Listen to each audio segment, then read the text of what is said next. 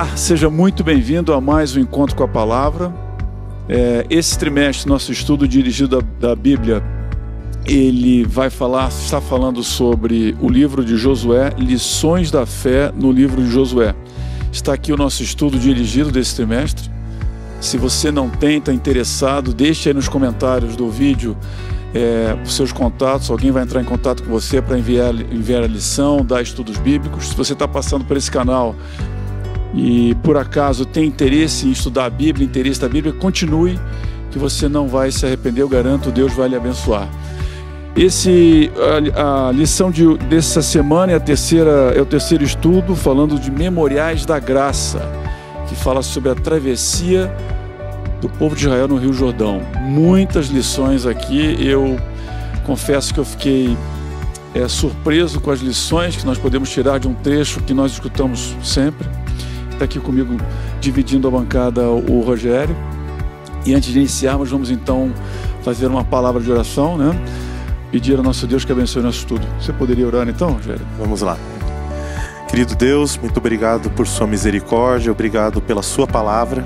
Que o Senhor possa estar conosco aqui, com todos que estão nos assistindo, nesse estudo, nessa recapitulação. Isso que eu lhe peço por Jesus. Amém. Amém. Muito bem. Antes de nós entrarmos aqui nas lições que nós temos, né, a Bíblia ela tem sempre, várias camadas, né? Você tem um estudo, tem uma aplicação para a situação da história da Bíblia, que é também importante para entender as histórias da Bíblia em si. Você tem algumas aplicações teológicas e tem o melhor de tudo, que são aplicações para nós hoje, né? Então, para nós entendermos essas aplicações e a história, vamos ver o contexto aqui. Olha a cena. 3 milhões de pessoas, depois de peregrinarem 40 anos no deserto, daquela geração que saiu do Israel, do Egito, apenas 2 estavam ali, Josué e Caleb, à beira de um rio. 40 anos depois, o pai ou o avô falou para eles: olha, vocês vão para uma terra prometida, Moisés vai liderar, e essa terra será de vocês, que foi prometida a Abraão, Isaque e Jacó, 430 anos atrás. E agora Moisés morreu, o pai morreu, o tio-avô morreu, o avô morreu, e eles estão sendo liderados por alguém que disse que foi entronizado por Deus também, e tem a mesma estatura de Moisés, e na frente deles um rio caudaloso, né? Naquela época, aqui fala que eles fizeram a Páscoa um pouquinho antes, significa ali, pelo que o estudo estava dizendo, era uma época de início da primavera, então o rio era caudaloso, cheio de detritos. E nessa situação é que nós nos encontramos, né? E assim como estudamos na lição, no estudo do trimestre passado, que nós estudamos sobre Êxodo, Êxodo é uma parábola da nossa vida nessa terra, saindo do Egito, pecando, caindo, e Deus livrando, e Deus presente. Josué também tem lições, né? E o Êxodo também era um evangelho em esboço. Josué também tem algumas lições para nós, né? Algumas lições importantes. E esse trecho em particular vão ter lições curiosas aqui, não só curiosas, mas também de aplicação prática. Quando nós falamos da pré-travessia, da travessia e depois da travessia, né? Temos coisas importantes. E eu sempre costumo mencionar aqui, quando falamos de Velho Testamento, tem uma passagem de Paulo em Romanos 15, você tem a sua Bíblia, abre, Romanos 15, 4, que fala assim, ó: pois tudo que foi escrito no passado, ou seja, o que foi escrito no passado para Paulo? O Antigo Testamento, né? Foi escrito para nos ensinar, de forma que, por meio da perseverança e do bom ânimo, procedente das Escrituras, mantenhamos a nossa esperança. Então tem alguma coisa aqui nesse livro, nesse trecho, que foi escrito, foi deixado aqui, que é relevante para nós, né? Então vamos olhar então como é que foi a pré-travessia. Eu convido você a abrir Josué 3:5, que diz assim, ó, tem duas coisinhas importantes aqui, e eu já vou começar minha provocação aqui com o Rogério. 3:5 fala assim, ó: Josué ordenou, isso na preparação, né? Josué ordenou ao povo: santifiquem-se, pois amanhã o Senhor fará maravilhas entre vocês. E no Josué 3:4 fala assim, 3:3, desculpa, fala assim, quando virem a Arca da Aliança, ou seja, esse é o Senhor dando uma instrução, Josué dando uma instrução ao povo, desculpa. Quando virem a Arca da Aliança do Senhor, o seu Deus, e os sacerdotes levitas carregando a arca, saiam de suas posições e sigam-na. Rogério, por que você acha que essa preparação para uma travessia foi tão específica? E por que o específico de se santificar, né, para se fazer essa travessia? Até vou comentar uma parte. Por favor. Você sabe, Deus criou o ser humano de uma maneira extraordinária. Eu gostava muito de animais, eu gosto de zoologia e vejo alguns animais que têm, sabe, certas habilidades interessantes. Por exemplo, o polvo, ele consegue mudar de cor e consegue mudar de forma, né? E o ser humano tem algumas coisas muito interessantes também, que é, por exemplo, ele tem uma comunicação tão boa, que o indivíduo morre e as outras gerações acabam sabendo o que aconteceu, né? Verdade. Meu filho, eu tenho um filho de 12 para 13 anos, né? E ele gosta muito de futebol, né? E de vez em quando eu conto para ele como é que o pai dele jogava, né? E fala: nossa, o seu pai jogava assim, assim, assado, era bom de bola, né? Sempre os pais são bons de bolas quando eram novos, né? E daí, algumas pessoas do lado... Eu não era, não. Né? Minha irmã, minha mãe, né? Falam. E o João, meu filho, percebe como é que eu jogava bola de ouvir falar, né? Obviamente que deve ter alguns exageros nisso, né? E as pessoas pensam nisso. Agora, imaginam exatamente o povo de Israel naquela época. Todos tinham morrido, né? Só sobraram 2. Sobraram Josué e Caleb, né? E naquele tempo eles falam assim: o mar se abriu. Talvez, não sei, uma coisa minha, talvez algumas pessoas, e provavelmente aconteceu, porque existia uma falta de fé no povo, né? Historicamente, infelizmente, né? Algumas pessoas talvez pensavam: será que era tudo isso mesmo? Podiam pensar, né? Podiam pensar: será que é isso tudo mesmo? E naquele dia, né, Josué falou o seguinte: se santifiquem que vocês vão ver. E daí você falou, eu gosto também de imaginar as pessoas como é que se sentem, né? Algumas pessoas, talvez aquelas que fossem menos céticas da época, pensaram: poxa, eu vou ver alguma coisa impressionante do jeito que o meu pai e o meu avô falava para mim, né? Eu vou ver a obra de Deus acontecendo na minha frente, né? E eles falaram algumas coisas bem interessantes, como é que falando sobre a liderança de Deus, né? Uhum. Sobre a gente seguir a arca, né? Que é interessante, a gente vai comentar provavelmente um pouco mais à frente, mas é bem interessante como é que isso pode acontecer, né? Então nós temos um pré-requisito que mostra o seguinte: além de tudo que eles ouviam falar sobre Deus, fala: se preparem, porque vocês vão ver o milagre acontecer. Rogério, foi muito feliz o teu comentário, e tem um aspecto que é o seguinte: Deus teve um plano: segue a arca. Ele não falou: segue a arca e vai abrir o Rio do Jordão. Percebe que não tinha falado ainda. Falou: segue a arca. Então, segue a arca representava a presença de Deus ali naquele momento, né? A Shekinah, etc. E ele falou o seguinte: santifique-se. Então eu fiquei pensando, se você está se colocando nas mãos de Deus e vai seguir o plano de Deus, que era seguir a arca naquele momento, né? Ninguém sabia como é que ia atravessar. Josué não falou: olha, porque nós vamos ver, vai colocar o pé, vai secar e tal. Não, segue a arca. Se você não se santifica, você não vai conseguir seguir a arca, porque vai acontecer um monte de dúvida que você falou. Se você não está santificado, se você não se preparou, Deus vai falar: segue a arca, não sei não. Acho que não é o momento, né? Não sei se eu vou conseguir esse negócio aí de seguir a arca, sei lá, né? Está meio antiquado. Então é importante você santificar. E existe um comentário da serva do Senhor, né? Da senhora White, que diz que a preparação de santificar foi uma preparação praticamente igual a uma preparação do Yom Kippur, né? de arrependimento, de uma preparação física, espiritual, né? É importante isso. Mas vamos seguir. Travessia. Então, o que acontece?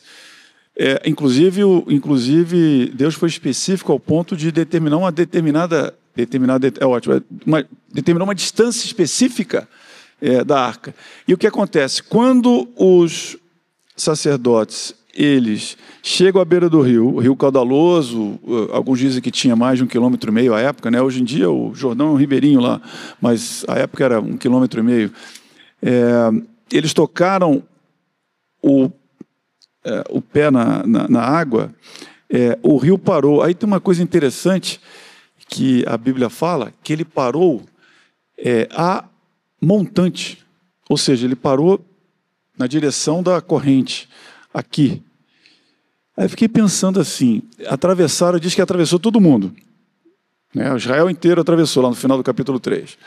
Eram o quê? 2 milhões de pessoas? 2 milhões e meio? 3? Uns dizem que é entre 2 e 3. Seja 2 milhões e meio. Tá bom, parou aqui. No caso do Mar Vermelho, você tinha 2 colunas de água. Lá não, parou aqui. Eu fiquei pensando, e a água que acumulou aqui? É milagre mesmo, né? Não, é milagre. É milagre. Quer dizer, a corrente do rio deve ter parado, alguma coisa mais miraculosa do que se abrir as águas deve ter acontecido. Porque, imagina uma coisa correndo aqui, você coloca como se fosse uma tábua aqui, né? A montante, você passa e continua correndo, você vai formando uma represa aqui, né? E isso transborda. Então eu fiquei pensando, isso é um milagre mesmo. Isso é milagre. Mas vamos então observar algumas questões aqui, alguns acontecimentos aqui da travessia, que diz o seguinte aqui, ó. A travessia em si, e você mencionou isso já, e foi bom você ter mencionado, Rogério, a travessia em si e aquele milagre, eles tiveram vários significados. Vários significados. O primeiro significado que eu acho que é importante era o povo ver em Josué, esse papel está rebelde hoje, o povo ver em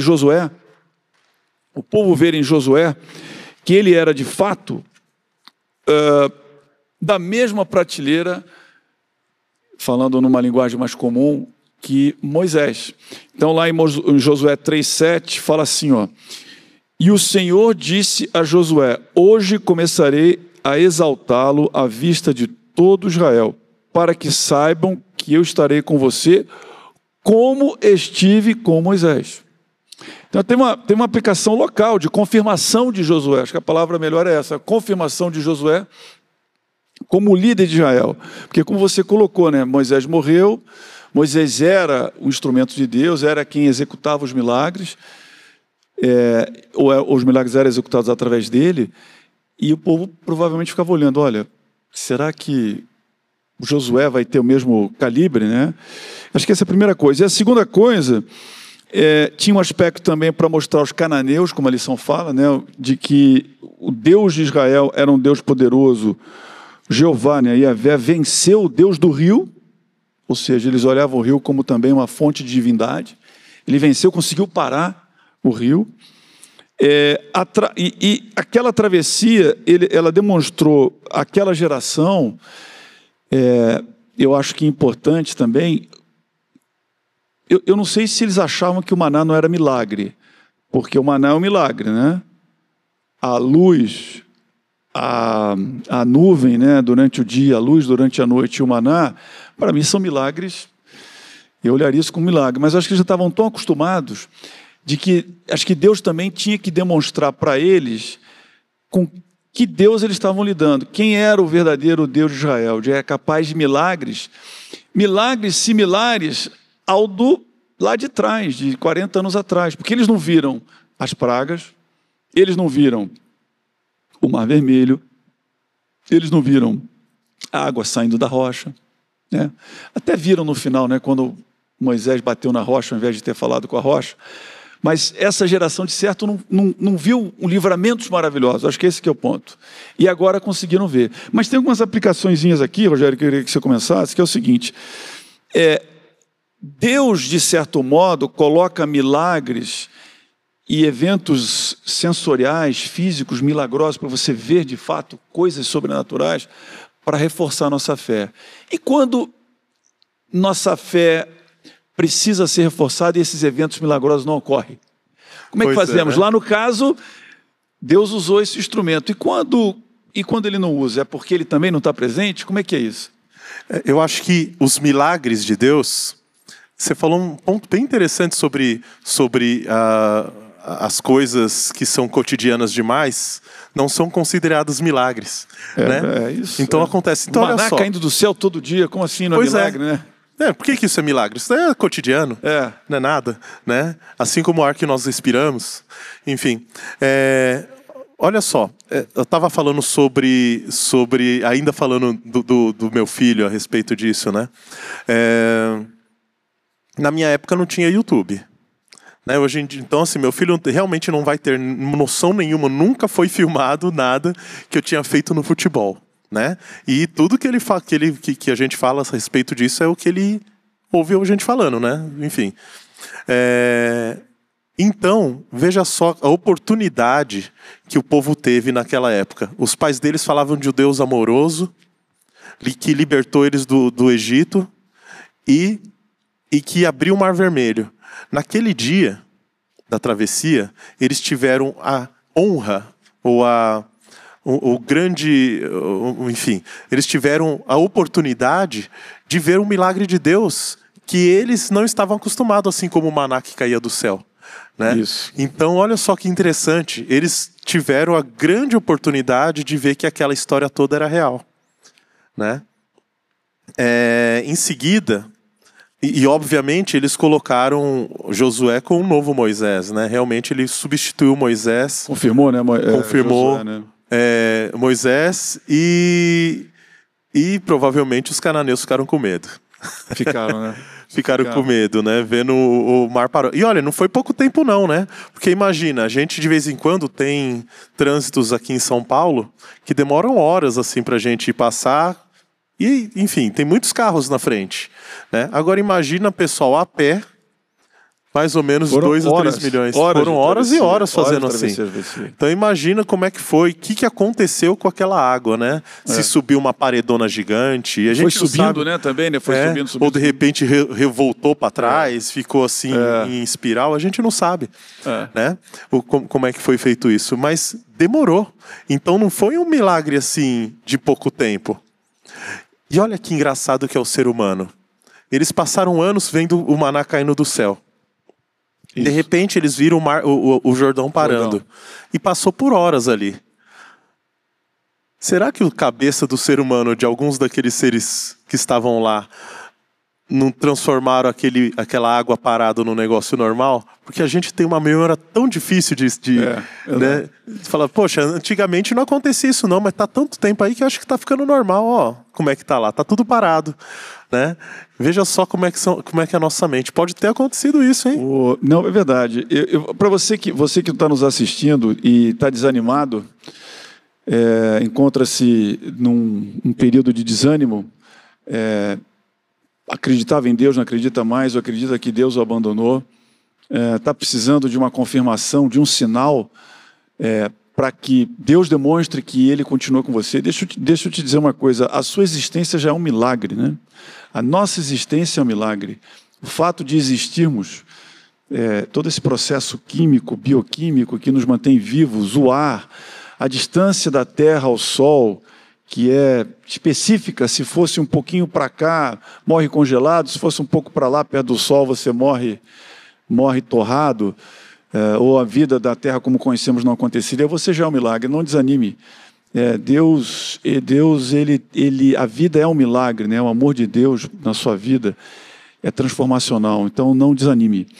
Não precisa de um Jordão se abrir, mas certamente Deus vai colocar sinais na sua vida, para que aquele Jordão que você está atravessando, ele vai de maneira milagrosa também fazer um livramento. Deixa eu falar uma coisa, Rubens. Claro, por favor. Sabe um outro cuidado que a gente deve ter também? Quando chegar um milagre realmente que nós não conseguimos explicar, uma coisa fora do cotidiano, sabe qual que é a tentação do ser humano? Explicar o milagre. Né? Milagre é milagre. Não é? Rogério, é exatamente, milagre é milagre. Então a turma tenta, nós começamos a especular sobre a parede de água montante no Rio Jordão, como é que aquela água foi acumulando, eu não sei, é milagre. Exato. É milagre é milagre. É isso, tem que explicar. De vez em quando, tiveram alguns milagres na minha vida, enfim, não vou contá-los porque não é o caso, mas que eu particularmente, né, como pecador, que sou e semelhante às vezes ao povo de Israel, né, que viram milagres direto, tentei explicar, né? Aí depois que eu não consegui explicar... Milagre é milagre. E eu percebi que era milagre. Milagre é milagre. Né? E veja, a gente não consegue explicar diversas coisas que acontecem. E às vezes o milagre pode ser realmente coisas cotidianas que a ciência consegue explicar. Por exemplo, a distância do Sol, né? Mas por que foi feito desse jeito? Será que uma explosão calcularia certinho para existir vida ali? Né? Enfim, o caos, né? Acha exato. Que do caos foi gerada a vida. É um milagre. Isso é um milagre. Né? As coisas não se organizam de maneira espontânea, elas se desorganizam de maneira espontânea. E eu achei engraçado, assim, eu comentei recente, em uma outra conversa, que às vezes chega a ser um desaforo. Né? Veja, Deus, por exemplo, no trimestre passado a gente estudou sobre o bezerro de ouro, né? Bezerro de ouro. Então o pessoal saiu do Egito, tiveram tantos milagres, chegou no Monte Sinai, eles fizeram um bezerro de ouro e falaram o quê? Que foi o bezerro que nos libertou. Eu até adoro, mas eu quero ver o que eu estou adorando, né? Exato. Pediram, né? E o bezerro que me libertou, que desaforo. Deus faz tudo para eles falam que foi o bezerro que libertou. É isso. A gente está fazendo a mesma coisa às vezes. Tomar cuidado. Né? A gente fala que foi o caos que fez tudo. Então é bem interessante. Muito bem, vamos falar da pós-travessia. Temos aqui lições valorosas na pós-travessia. O que acontece então?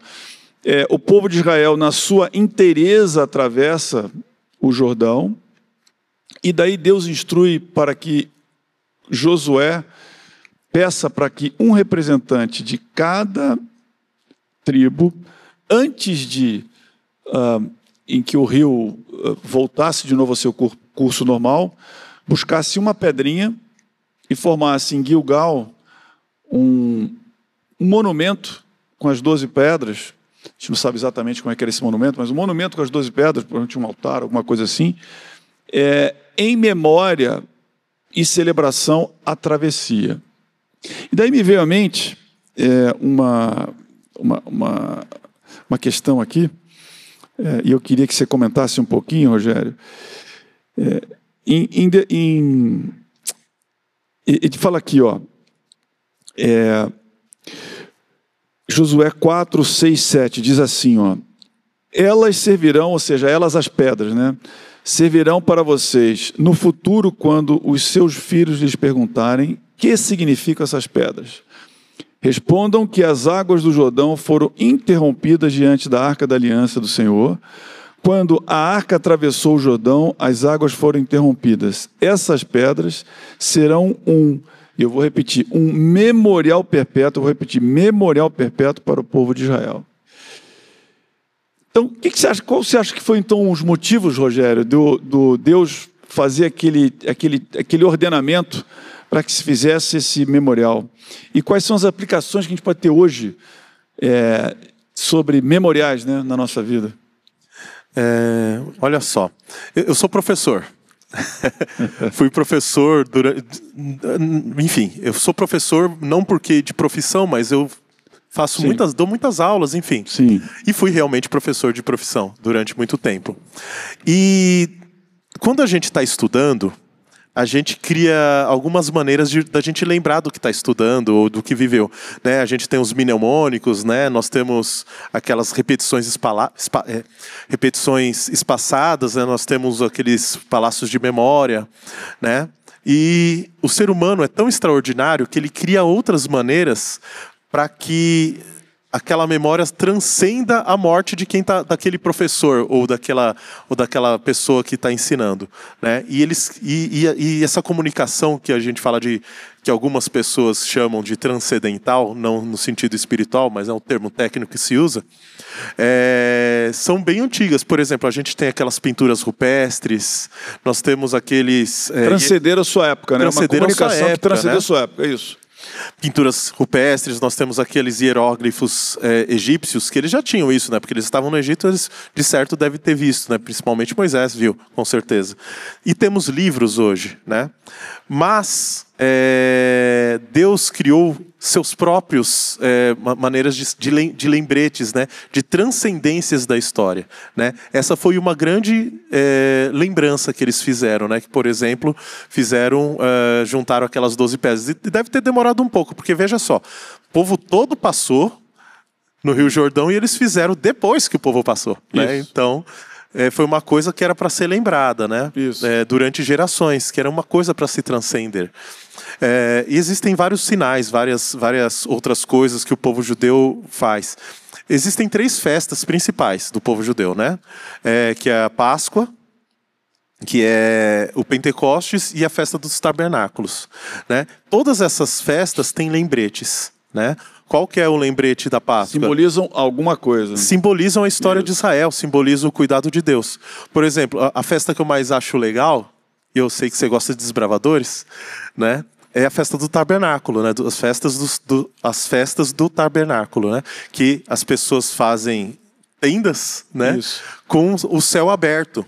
Né? Por que o céu é aberto? Para eles lembrarem da promessa de Deus, que a descendência de Abraão seria como as estrelas do céu.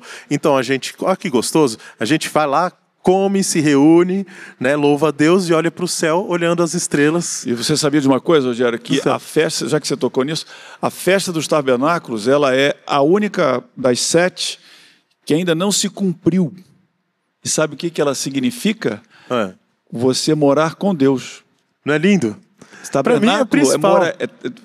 É moradia com Deus. Deus vai morar entre nós.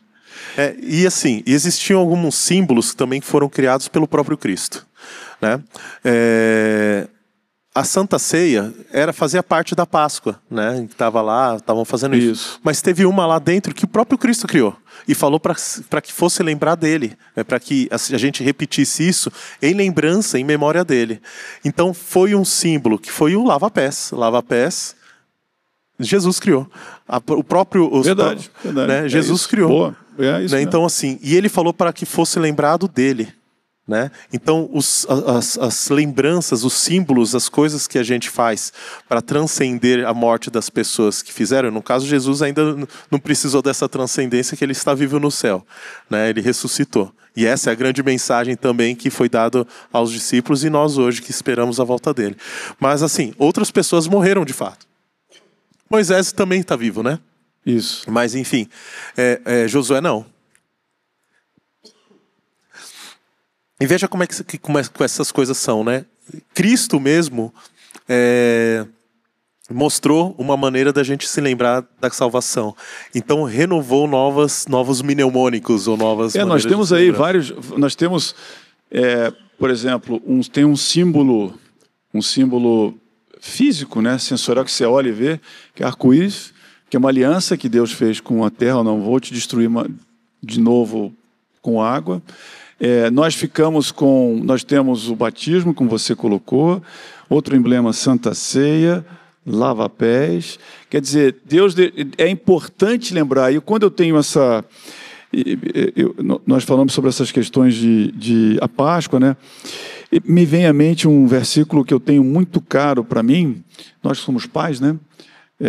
Muito caro. Meus filhos já estão... Enfim, já não tem idade seu, já são adultos formados, mas de qualquer modo, o conselho é válido, que é assim, em Deuteronômio 6, versículos 6 e 7, eu leio assim, que todas essas palavras que hoje lhe ordeno estejam em seu coração. Ensine-as com persistência a seus filhos. Converse sobre eles quando estiver sentado em casa, quando estiver andando pelo caminho, quando se deitar e quando se levantar. Ou seja, embora as tradições, os emblemas não podem ser maior do que o significado deles, né, o significado do pão e do vinho não pode ser o pão e vinho não pode ser maior do que o significado do pão e vinho, que é carne e sangue de Cristo. A cerimônia da Santa Ceia não pode ser mais importante do que o significado da cerimônia. Nós devemos, no nosso dia a dia, com a nossa família em especial, lembrar aos nossos filhos os milagres que Deus fizer em nossa vida. Cerimônias de família, né? Tradições familiares em que agreguem a família, tradições familiares em que lembrem como Deus tem sido fiel para o teu pai, a sua mãe, seu avô, seu avó. Isso é muito importante. Cria-se daí uma tradição que não deve ser mais importante que o significado, mas que, de certa forma, nos unem. Né? Nos unem. Eventuais almoços, jantares, histórias que são contadas, viagens que são feitas, onde unem a família e onde são lembrados conquistas espirituais daquela família. Isso é muito importante. Né? Mas vamos continuar então. Eu acho que estamos caminhando aqui para o fechamento. E eu acho que, em resumo aqui, se eu pudesse resumir a lição, eu diria o seguinte: quais são as lições que nós tiramos aqui dessa pré-travessia, travessia e pós? Né? Nós tiramos Deus cumprindo a sua promessa, ou seja, Deus buscou um caminho e uma maneira miraculosa de cumprir a sua promessa, confirmou que era um Deus de milagre, um Deus de poder. Uma lição que eu achei muito bonita aqui é seguir a arca sem saber direito para onde, o que ia acontecer. Uma lição de fé, né? de santidade. E eu acho que a última lição é essa, a lição de tenha os seus emblemas, tenha os seus rituais, que não sejam mais importantes do que o significado do ritual, mas que se eles nos aproximam de Deus e nos lembram de Deus, que eles possam ser feitos. E eu queria deixar para vocês um versículo que é muito caro, para mim pelo menos, Zacarias 8, 6 a 8, porque a história do povo de Israel, a saída do Egito, o livramento, a travessia no deserto, agora essa fase de Josué, a conquista de Canaã, que nós vamos ver na sequência do trimestre, são confirmações das promessas de Deus. E Deus tem uma promessa muito maior para você e para mim, que eu leio aqui em Zacarias 8, 6 a 8, que diz o seguinte: assim diz o Senhor dos Exércitos, salvarei meu povo dos países do leste e do oeste, eu os trarei de volta para que habitem em Jerusalém. Serão meu povo e eu serei o Deus deles, com fidelidade e justiça. Ou seja, isso aqui era uma aplicação local, Zacarias falando para os judeus que estavam exilados, mas tem uma aplicação espiritual para nós aqui. Não desanimemos, que vai ter o Jordão, vai ter o Mar Vermelho, vai ter conquistar alguma terra espiritual que nós temos que fazer, mas que o desejo de Deus é esse, que Ele e meu povo e eu serei o Deus deles, com fidelidade e justiça, e habitaremos todos em Jerusalém. Palavras finais, Rogério? Pois é, né? Não desistir, Cristo vem logo. Amém, né? É isso. Acho que eu gosto muito de música também, e eu acho isso bem interessante, porque é bem isso, né? A gente mostra, vendo o passado e as coisas que nos trazem as memórias. A Bíblia em si também é um lembrete de quem é Cristo, né? Sim. E olha, não desista, Cristo vem logo. Esta é a mensagem que eu queria deixar. Amém. Vamos então nos despedir com a palavra de oração. Nosso Deus, nosso Pai, nós agradecemos por nos ter proporcionado esse estudo maravilhoso. Entendemos um pouquinho mais da Tua vontade para as nossas vidas. Que essa oração ela possa atingir aquele que está nos assistindo. E que, se você está em dificuldade, se você está tentando ver como atravessar o seu Rio Jordão, siga a arca, confie em Deus, santifique-se, que você chegará lá. É o que pedimos e agradecemos em nome de Jesus. Amém, Senhor.